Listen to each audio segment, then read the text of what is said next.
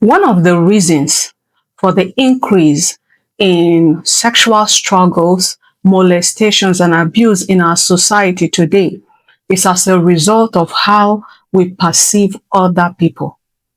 And this is because when you objectify someone, the next thing in your mind will be, how do I take advantage of this person?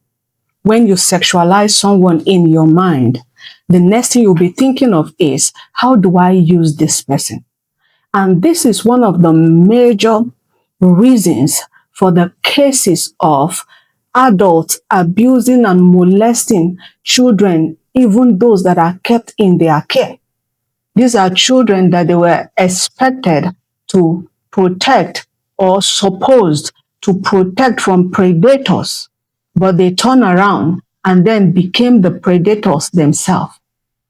But when you train your eyes to see other people as God sees them and as family, when you train your mind to perceive people from the or through the lens of God and family, when you train your mind to perceive people through the lens of God and family, it creates a powerful internal guard against sexual lust. You will not be thinking of, how do I use this person? How do I take advantage of this person? Why? Because you now see them as family. You now see them from God's perspective. And welcome to another episode at the Healing and Purity Network. We are still exploring kingdom principles and practical strategies that can help you to live sexually pure. And today we'll be discussing how changing the way you see other people destroys sexual temptation. How changing the way you see and perceive other people destroys sexual temptation. You will be learning the importance of seeing other people through the lens and of God and family. You will also be learning practical steps that you can take to begin to see other people through the lens of God. You will also learn how seeing other people helps you to overcome sexual lust and sexual temptation. I will also share my own personal story in respect of this principle that we'll be discussing today. Now, if you are new to this channel, please subscribe.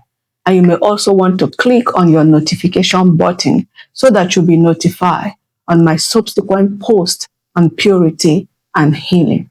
Now, let's get into the teaching.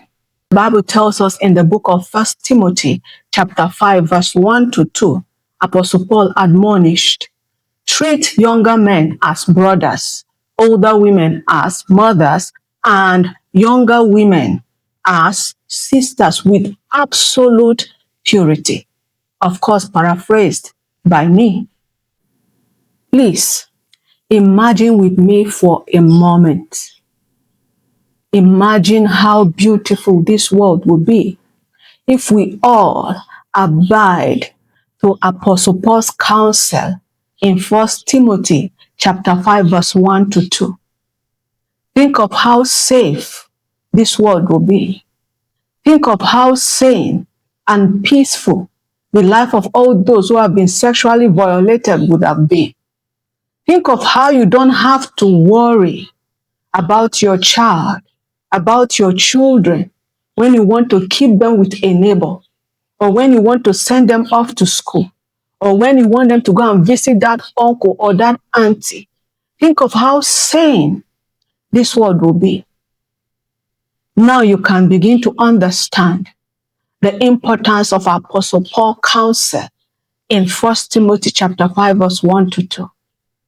And did you also notice that Apostle Paul ended that Bible verse with absolute purity? With absolute purity.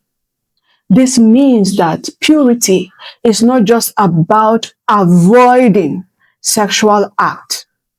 It includes purity of motives, thoughts, conversations, intentions, and behavior. And you see, sexual purity is first off in an inward transformation before it ever becomes an outward behavior. However, many fathers have failed. Many brothers have failed. Many sisters have failed. Many teachers have failed.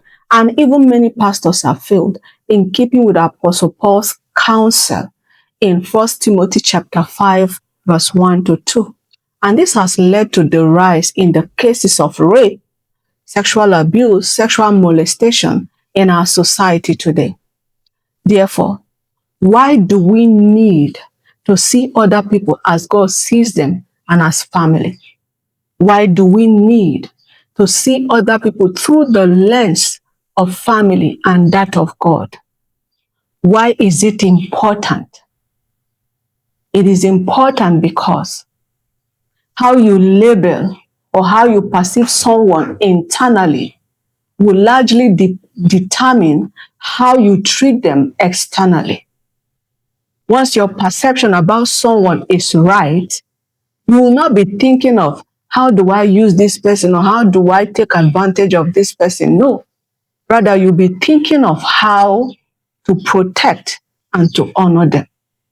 It is important because when you see that your neighbor's daughter as your daughter, when you see that your house help as your daughter or your sister, when you see that your student as your sister or your brother, you will never think of how to molest or to dishonor them. When you see someone as your sister or brother or as your daughter or son, exploitation feels wrong. Fantasies feel unnatural. And also your desire for them shifts fundamentally. This is because there is no way you can be having sexual feeling for your own sister or your brother or for your own daughter or your son, except something has gone majorly wrong with you. And if that be the case, you are not only struggling with sexual lust, you have been demonized. You are under the influence of a demon spirit. Because no sane person will desire his or her brother sexually. No sane person will desire his or her daughter sexually, let alone trying to abuse or to molest them sexually.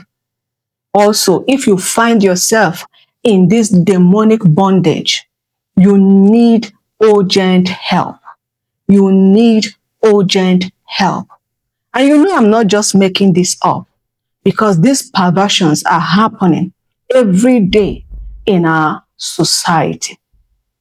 But when you see someone as your daughter or as your sister, something changes. Something shifts on your inside. You don't want to use her. You don't want to dishonor her. You don't want to fantasize about her. Neither would you want to use her for self-gratification. You see, this reminds me of the story of Boaz and Ruth in the Bible. And if you are not conversant with this Bible story, you may want to check it out in the book of Ruth, chapter 2 and 3. In this story, Boaz had all the opportunity. Every opportunity presented itself for him to take advantage of Ruth. The opportunity for him to dishonor her was there. But no, he wouldn't. And I don't know how many men of today's world is as honorable as Boaz was to Ruth.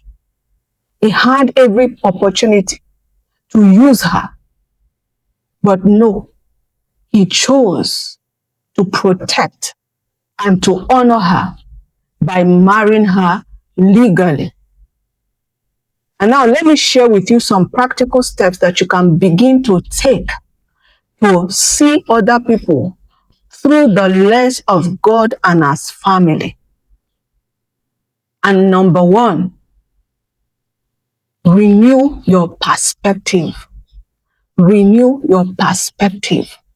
Train your mind to begin to see other people as sisters, as brothers, as daughter, as son, as mother, as father in God's family. Number 2, guard your thoughts.